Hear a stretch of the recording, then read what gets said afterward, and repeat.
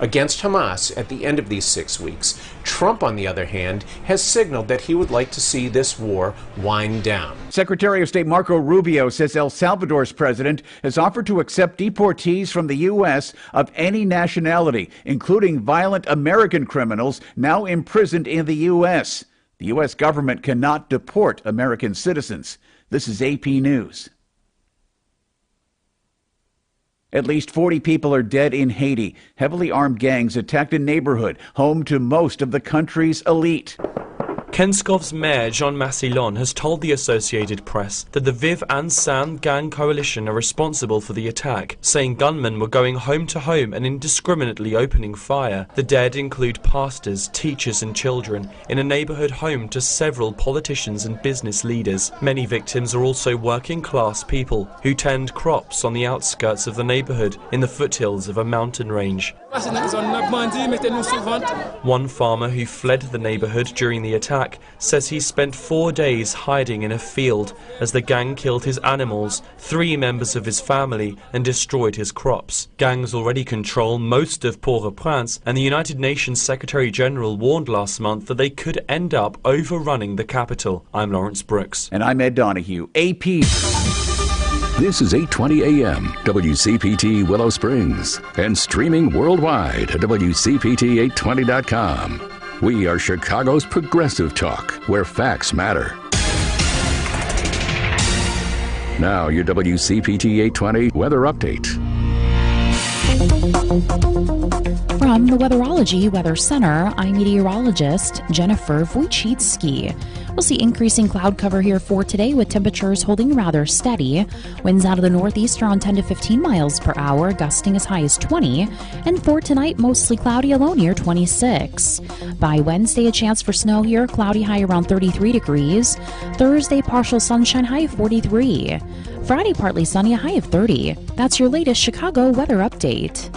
Currently, it's 30. Are you tired of talking to yourself? We can get you an audience on the radio. You can produce and host your own radio show on one of our 2 stations. Please call 773-792-1121. That's 773-792-1121 and ask for Mark. Limited space available.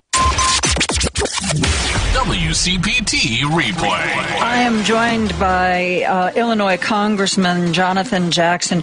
I don't understand why people believe the PR around Trump and don't see the reality. Do you have any insight into that? You know, he does the otherism. He makes everyone feel as if they've got someone else to hate. And before you know it, we've seen this play out in some parts of German history. They come from one group, then another group, then another group, and then pretty soon there was no one to stand for one another. So you have to, when you see this canary in the mine and see the toxicity in the air, when you judge their words, and all we have to do is go by their words. But in that manifesto, or Project 2025, he lays this out, and he's just fueling hate. Keep listening to WCPT 820, because facts matter. This is WCPT 820, where facts matter. Welcome to Choose Views with Richard Chew. Get ready to dive into a world of insightful conversations and thought-provoking discussions. As progressives, our job is to have an all-inclusive, full-on assault with all of our players. A show that will focus on moving our political, social, economic, gender, and cultural conversation forward. And all of our players means all of our players. It's Choose Views. And now, here's your host, Richard Chew. Good Tuesday morning, progressives. Welcome to the January. Listen to me. Devin and I were just talking about it's February 4th, 2025 edition of Choose Views. 773-763-9278. Facebook Live, TuneIn Radio, YouTube, Twitter stream, and of course, iHeartRadio. You can email me, as always, at richard@WCPT820.com. It was great getting your text messages yesterday, particularly when we had Antonio Chacha, who spoke about some of the medical concerns with pharmaceuticals. I didn't get to all of them, so I tried to hit you guys back. But as always, catch all of our shows by subscribing to our WCPT podcast on Apple Podcasts or Spotify. There you can get Choose Views, short versions and long versions. Joan Esposito, live, local, and progressive. Driving It Home with Patty Vasquez. The Big Picture with Edwin Eisendrath, Out Chicago. And, of course, our other wonderful shows and interviews. Check out our Heartland Signal platform. That's heartlandsignal.com to get all of our good digital stuff over there. And always, guys, stay tuned for the Stephanie Miller Show, my radio sister on the West Coast, Tom Hartman, the professor of everything progressive, and obviously Joan and Patty. All right, so we're going to dive right in. We've got two wonderful guests with us this morning. We have Holly Kim, who is running for treasurer up in Lake County, will be with us here in studio, talking about her efforts. And then we have Candace DeMatties that'll be with us as well at the 7:30 hour. So we're kind of busy this morning. We got some great folks sitting in and calling in, and we look forward to having them with you. I've got Devin and I, some clips that Devin and I put together that you guys will definitely want to hear. Some short versions and some long versions of what our senators are doing with regard to these thieves in Washington. But before we get to that, I'll hit you with some quick Choose Views news. We'll come back and we'll talk about my observations in that space. But for now, the trade war rattles the markets, as we saw yesterday. Global stocks paired less than expected, and the losses were already there by midday as investors assessed the potential impacts of newly announced tariffs on the economy, interest rates, and corporate profits. U.S. stocks opened lower as predicted, echoing falls in Europe and Asia, but recovered after Mexico's president said the U.S. agreed to delay levies on the country by a month. As a result, a gauge of the U.S. dollar declined after rallying earlier in the day. Shares of major auto giants remained under pressure amid supply chain concerns. I could spend a day talking about just that insanity, but we will talk about it in different ways. Tariff alarmed business leaders as well. Mexico's president, as you heard, is going to agree to the delayed tariffs, while businesses across North America were assessing the impact of the levies announced by Donald Trump on Saturday, as well as possible retaliation from Canada, Mexico, China, America's biggest trade partners. These are the areas that these tariffs can up in addition to the markets: energy, housing, auto, alcohol, just to name a few. All right, OpenAI introduces a new research agent. It's an artificial intelligence tool called Deep Research, designed to assist professionals with complex research tasks in fields like finance, science, and policy. Available with ChatGPT Pro for up to 100 queries per month for those who are into the OpenAI platform. The AI agent competes with similar services like many companies, for example, Google, which recently debuted a feature with the same name. So there you go, OpenAI fans. Why new cars could cost $3,000 more. Where is this coming from? Tariffs on Canada and Mexico could significantly disrupt North American automotive production, driving up prices and potentially causing shutdowns across the industry. About a quarter of the 16 million vehicles sold in the United States each year would be immediately impacted, along with parts and components in the $225 billion import market, according to Bloomberg. Analysts say the average price of a car could rise by $3,000, hindering affordability at a time when prices are already at record highs. Restaurant costs may rise again. Sounds like I'm coming with gloom and doom, guys. I'm not. I'm just bringing you guys up to speed on some things. A slowdown in the rising cost of eating out could be about to end. Should tariffs on imports be imposed, as Washington has threatened, the price of everything from fresh fruit to tequila will begin climbing faster again. The U.S. imports billions of dollars of food from its closest neighbors each year, including $5.7 billion in beer, $5 billion in baked goods, and $2.7 billion in beef. Chrysler maker Stellantis shakes up executive ranks again. The executive teams said that the work has been revitalized and to some extent, but there's still some flagging sales and decreasing some of their appointments with new heads of the company. Peugeot, Jeep, DS Automotive brands, as well as streamlining some of their software operations. The shakeup comes just after former CEO Carlos Tavares was forced out of the company due to declining market share and controversial cost-cutting measures. Stellantis said it will name a permanent CEO in the first half of this year. And last but not least, X lawsuit targets more advertisers. Elon Musk has added more big brands to a lawsuit filed last year accusing advertisers, check this one out, of illegally boycotting the platform. He can't get enough, and we have to stop him. And I do mean that. We have to stop him, and we have the power to do that. We'll talk about that. Companies including Nestle, Colgate, Palmolive, Abbott Labs, and Shell were added to the complaint this weekend. It claims that they, along with the World Federation of Advertisers, conspired to withhold billions in ad revenue, violating antitrust laws and hurting competition in the digital ad industry. All right. A lot of news about the indirect and the direct impact of Elon Musk. Each of those cases, each of those situations have got President Musk's hands on them. Yeah, listen, Devin looked at me and gave me his wry smile.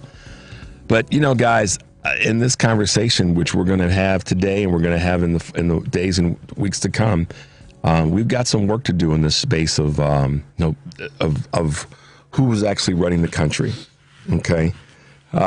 This morning, as I was jotting some notes down before I left to come to the station, one of the things that popped into my brain that we have to be willing to do is to continue to build community. I had the opportunity last night to go to an event, and let me tell you where this is coming from so you can understand it better.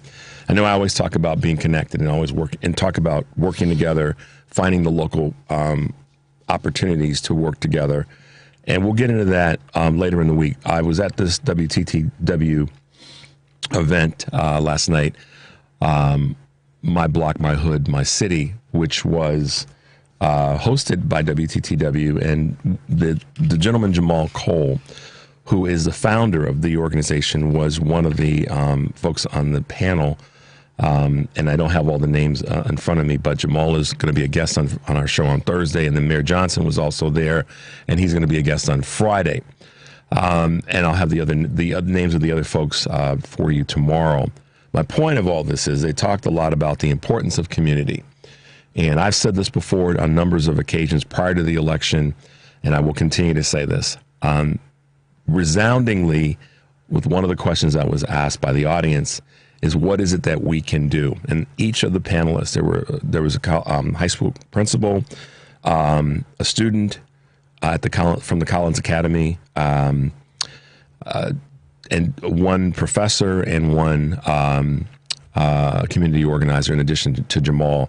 And each of them all said that right now, with all that's going on, it is about community. It is about organizing. It is about making sure that the people that are closest to you in your neighborhood, on your block, know who you are and you know who they are, and that we continue to build and connect. Because one of the things that is clearly behind this craziness coming from the administration on a federal level is to divide people, is to split people up, is to, and when I say that, we already know that we've got a divided sort of political country. But the thing that each of the folks on the panel said last night is that in our own community, we have to make sure that we stay connected.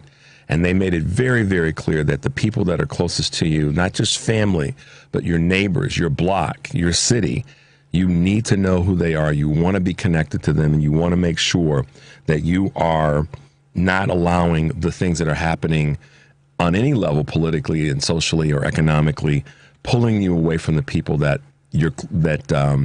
are your allies as we build and go forward. Now, that being said, I'm going to talk about Washington for a second, and well, let's go to a break first. Let's take a quick break, Devin. We'll come back. We're going to talk about Washington. 773-763-9278. This is Choose Views, and we'll be right back.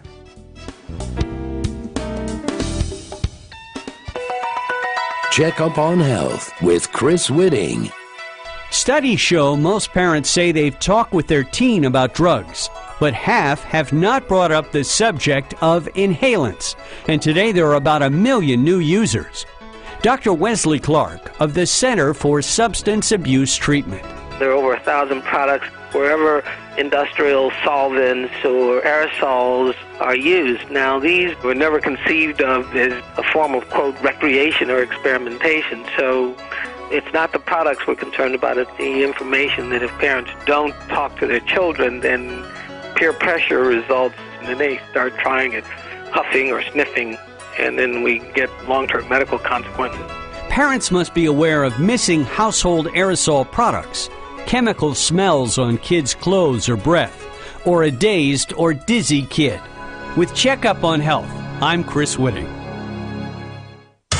This is WCPT 820, where facts matter. Good morning. You're waking up with Richard Chu. Good morning. Good morning. Good morning. We're live and ready to hear from you. Text or call us now at 773-763-9278. Same number. Simple as that. Let's get the conversation going on WCPT 820, Chicago's Progressive Talk. Hey guys, welcome back to Choose View. 773-763-9278. Okay, let's hit them with some stuff. It's good to see that the Senate, some of the senators were making their way over to the Department of Treasury and fighting back against Trump and Musk, or Musk and Trump, as people have been saying in terms of who's in charge. All right. A lot of thoughts going through my head about this. And, you know, part of it is how we got here, and how we got here is multi-layered. However, one of the things that clearly should be happening right now from us, and we can put a lot of this in the laps of our elected officials, but a lot of this is one of the things I was reminded of last night at this event is that we have to remember the power that we have. You guys heard me say this last week, and I'm going to say it again. We have the power to push our elected officials, the ones that we vote for, and even the ones that we didn't get to vote for because they were in a different district, different state. We can still call them. Call your people first in your state, anywhere in the country that you are. Call your elected officials in the House and in the Senate on a federal level. Call them first. And then, if you have the time, call those in other states, neighboring states is a good place to start. Because although they're the ones that can go and knock on the doors, quote, of the Treasury, we're the ones that have to knock on their doors by phone calls. Emails are great. Phone calls are better. Emails can get dumped into a whatever, circular filing of emails. The phone calls, they log those things. And more importantly, you get to say something. You get to be more than don't take this the wrong way, than just a keyboard warrior. So I want you to fight that way. And I think that one of the things that we have to do in this space is, in terms of fighting this Doge, let me give you guys a couple of things to think about. I got something sent to me that it speaks to why we have to fight with regard to this Doge thing. Devin and I were talking about this morning. Bless you. Devin and I were talking about this morning before we came on the air. And, what is it that, and why is it that they would want this information? And I threw out to Devin, I said, yeah, I mean, it's like TikTok versus Doge. Which one should we be more upset about? I mean, they are literally, there's this big conversation around, let's ban TikTok. Well, we've got what, 5 inexperienced tech bros that are putting things out like this. This is what you guys need to hear. This is one of the things that was put out by one of the these tech bros. Competent white, and this is Darren Beatty is his name. And it turns out that he's part of this cabal that's about to mess with our stuff. He says, competent white men must be in charge if you want things to work. Unfortunately, our entire national ideology is predicated on coddling the feelings of women and minorities and demoralizing competent white men. He posted this on social media. So first of all, this is what we're talking about. Many times I get people will say to me online in all different venues, they'll say, well, Richard, why do you always make it about race? I didn't post that. That was posted by a white dude that makes the comment that competent white men must be in charge if you want things to work. There's a lot of mediocre white dudes that have messed up a lot of things in this country. That's not a racist statement. That's just a fact. I mean, just look at the numbers. If we want to break it down and make it a database statement, you can just look at the numbers and go, there's a bunch of incompetent or mediocre white dudes that have messed up a lot of things in our country. It's not a racist statement, but it's a statement to say, let's look at the math. So if you want to have that conversation with me, anybody that's texting or online, let's have it. That's calling in, let's have it. I'm down with having that conversation. But this is the type of person that's going to have their hands in the cookie jars of our treasury. And so we have to call our elected officials in the House and in the Senate. And you have to maybe step across the line a little bit and contact some of the, I mean, I would be flooding Mike Johnson. I made my calls. I sent some emails yesterday, did a little bit of both. But I'm telling you, call Mike Johnson's office until your phone is broken. Bother the hell out of him about why Congress. See, Congress in the First Amendment, the First Amendment speaks to what Congress's responsibility is. And so Democrats and Republicans that are elected to the House of Representatives and Congress has more power than the president does. Part of their job is to regulate what the president does do. Let's stop forgetting civics for a moment. Okay? Let's stop forgetting civics for a moment. And remember that Congress has the power of the purse. Congress has the power to regulate the president's activity. So we start with contacting two people in the House of Representatives. And those folks are Mike Johnson and Hakeem Jeffries. And let them know. Be damned if the person on the phone says you're not from their district. That doesn't matter. They're the two highest ranking per party members of the House of Representatives. We get to call their offices and say what we need to say.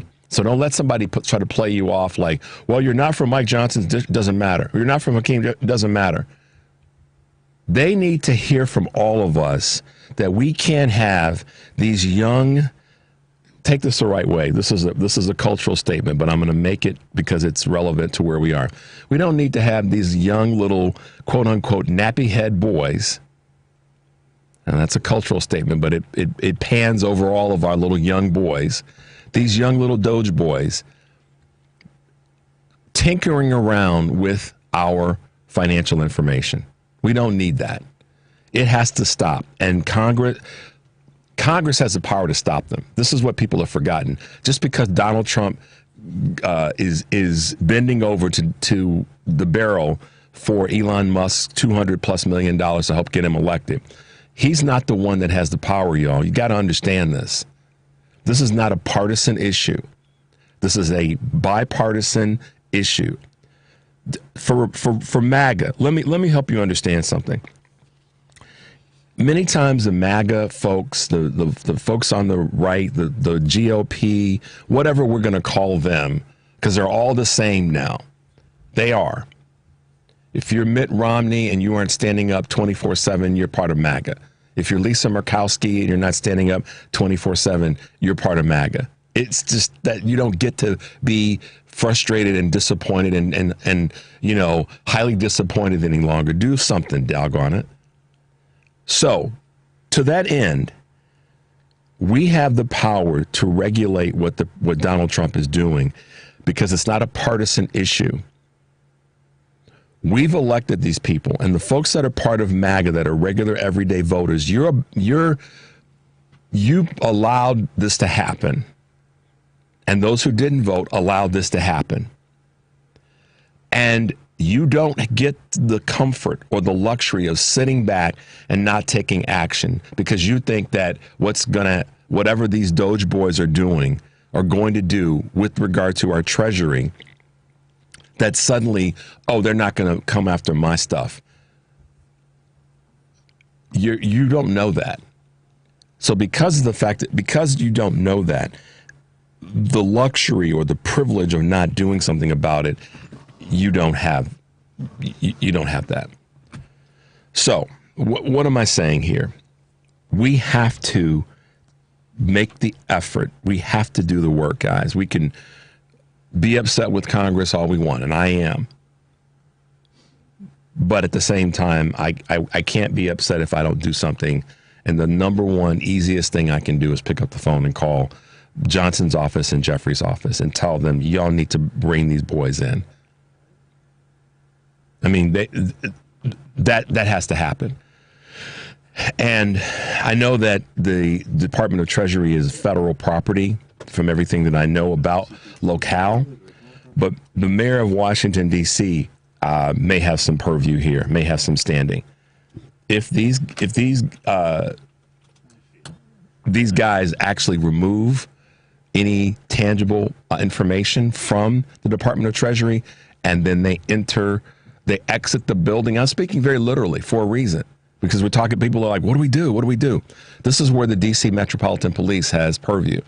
If they leave a federal building with property and they step out of that building, they're now on District of Columbia property. The District of Columbia Police have the right to detain them. But we have to request it. We have to call those offices. We have to ask Mrs. Bowser I was getting her first name wrong. We have to let them know we need action. And the action that they can take is to detain those 6 knuckleheads. I'm being serious, y'all. I truly am being serious and not being hyperbolic. We have to use those tools.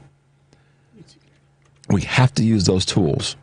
And our tool, again, and this is what I go back to last night's event, it was about community organizers doing the thing to make sure that people in the community are fighting together, not against each other, because they're trying to divide us. They're trying to divide those of us that are on our team. Can't let that happen. We have to stay at arms locked like folks walking across the Edmund Pettus Bridge. And I'm happy to see that some of the members of the Senate did make their way over to protest. And I'm happy to see that they're fighting back against Musk and Trump. We have to stay strong in this space. And I want to read part of what was said at the podium by Representative Jamie Raskin. Elon Musk, you did not create USAID. The United States Congress did for the American people. And just like Elon Musk did not create USAID, he doesn't have the power to destroy it. And he's going to, and who's going to stop him? We are. We are going to stop him, Elon Musk. You may have illegally seized power over the financial payment systems of the United States Department of Treasury, but you don't control the money of the American people. The United States Congress does that. Article 1 of the Constitution. And just like the president who was elected to something cannot impound the money of the people, we don't have a fourth branch of government called Elon Musk. And that's going to become very clear. This illegal, unconstitutional interference with congressional power is threatening lives all over the world. I'm hearing from my constituents who work for USAID and USAID contractors in Maryland, in Washington, all over the world. And they're telling us that this is a killer in terms of their cutoff of HIV and AIDS preemption. The number that I heard is somewhere in the range of 26 million people. It's a killer in terms of anti-malarial education. It's a killer in terms of all the efforts to shut down global viruses.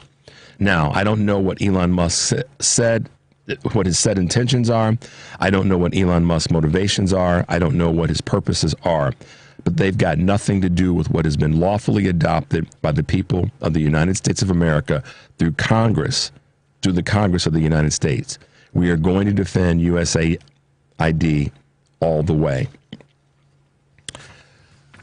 We're going to take a quick break. When we come back, we'll get some of your calls. The number is 773-763-9278. This is Choose Views, and we'll be right back.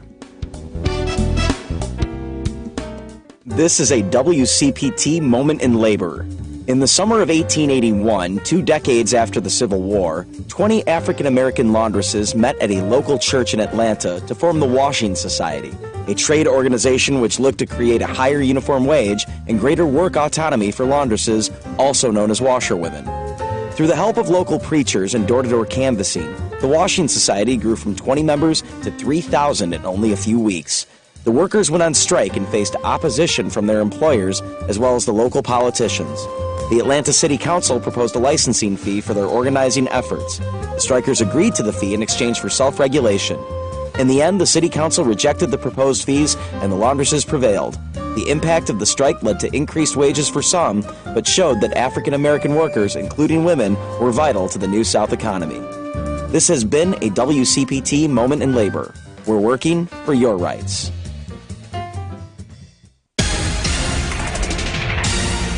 You're listening to WCPT 820. Here's the latest Chicago weather update.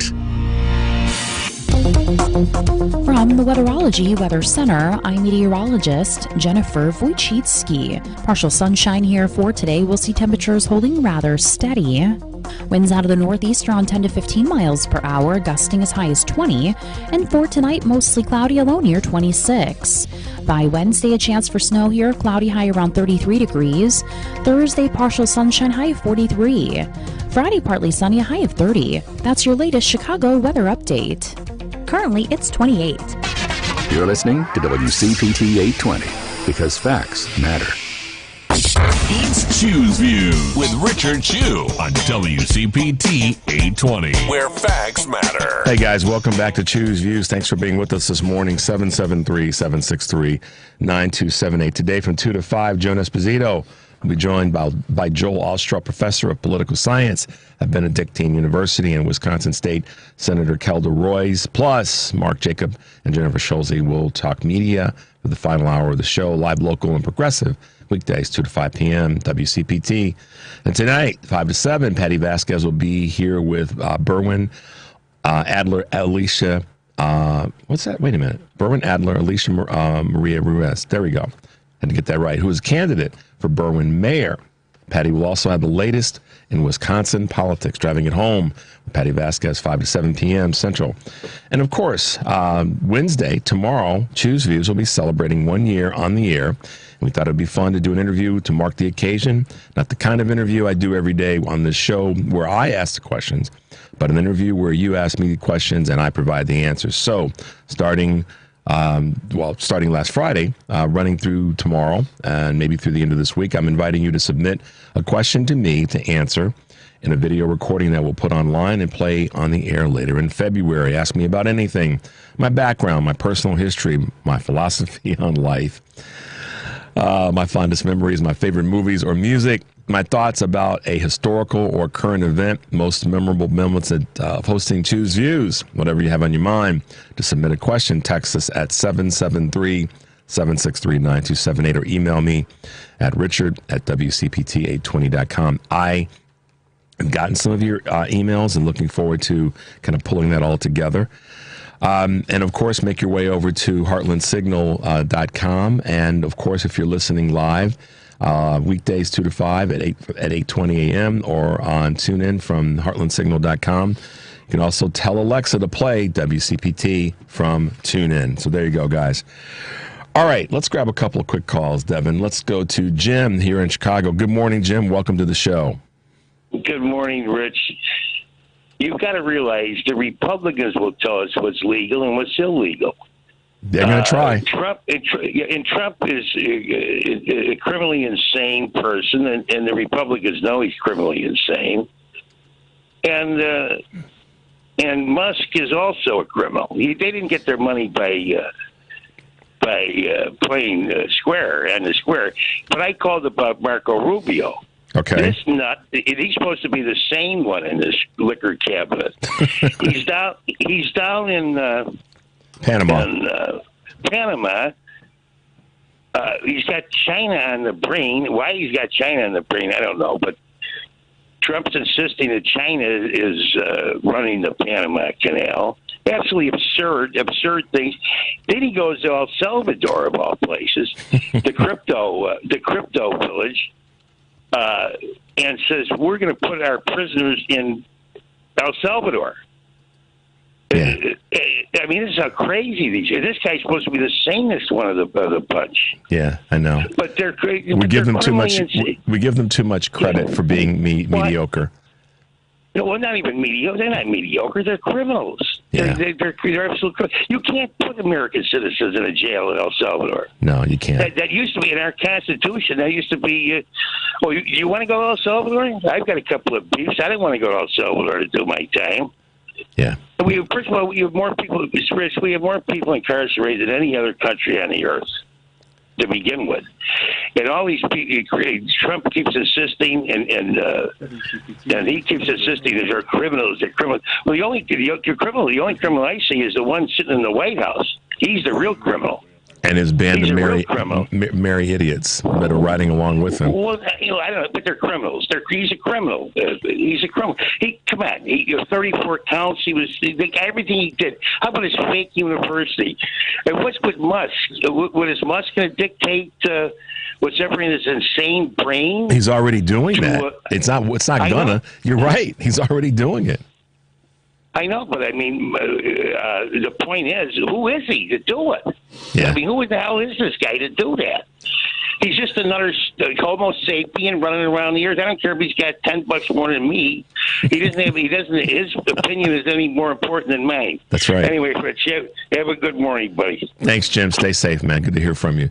Yeah, listen, this is a serious situation, and I mean, I've cursed in private about it because of what we allowed to happen. And I'm saying we because I'm trying to maintain the conversation around community. But the reality is, the 78 million people that voted for Trump and the voter suppression that I agree with Greg Palast on that's taking place is part of it. And now people are saying that maybe you put all of those things together. Crazy voters that voted for Trump, the people that didn't show up at the polls, and voter suppression, and you put all that in the mix. There is some, and now we see what's happening with this Doge group, boys, whatever, and tinkering around. That's why, as much as I agree with Greg Palast on so much, that's why you can't completely wholeheartedly discount that some tinkering that may have impacted voter suppression as part of this election, and particularly when you see now that Trump's just handing over the access to these Doge characters. I'm not a tech person. I'm not trying to be. Common sense rules my life, and thank God that it does. But the common sense tells me that this all combined, this cabal of craziness, and to Jim's point, criminality, is something that we've been talking about for a long time, and now we have to take note and take action. Remember when I said, and I've said so many times to give credit to author and professional coach and business coach and motivational speaker Mel Robbins says, if you can take action, you don't have a problem.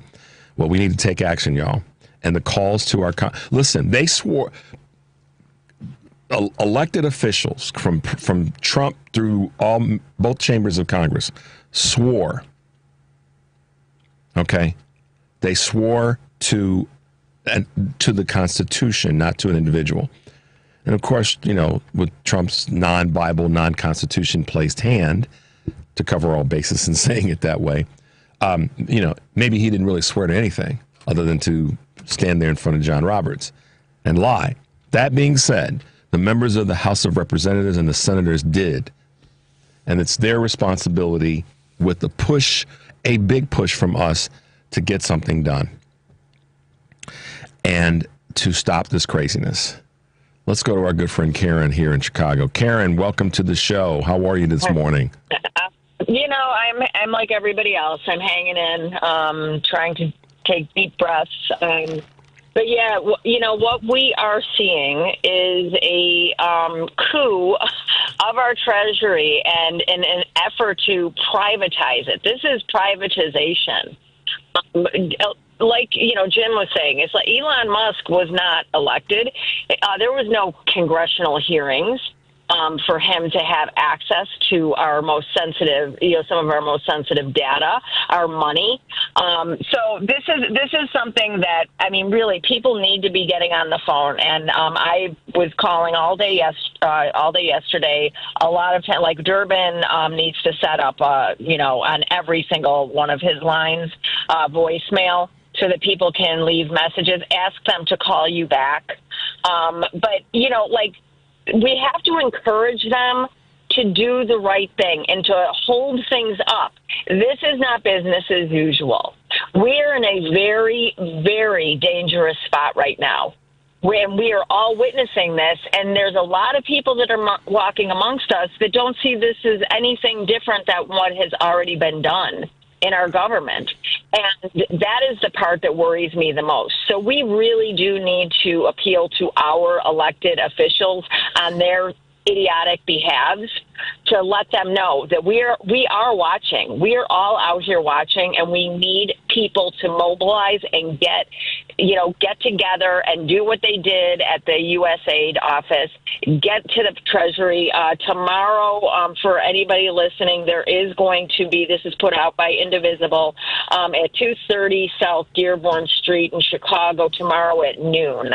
Yeah. There will be a protest. So, and then I know that there's been stuff going around the internet, 50 protests and 50 state capitals.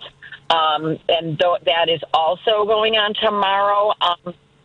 People are a little leery of that one because we don't know who's organizing it necessarily, but we really do need to start fighting. I heard a comment a few weeks ago from Malcolm Nance, who you guys have all followed. He's been on Stephanie Miller's show. He's been on he's written a bunch of books. He's been on MSNBC, and he said something that I listened to. I heard it, and I said, okay, I'm going to take that and set it aside for a moment. I agree with a lot of what Malcolm says, but I also have to, like anybody, including myself, measure it against, okay. And he said that taking to the streets to protest is exactly what the Trump administration wants because they want to be able to enact martial law. Okay, that's, and he said in part that may not be the best strategy.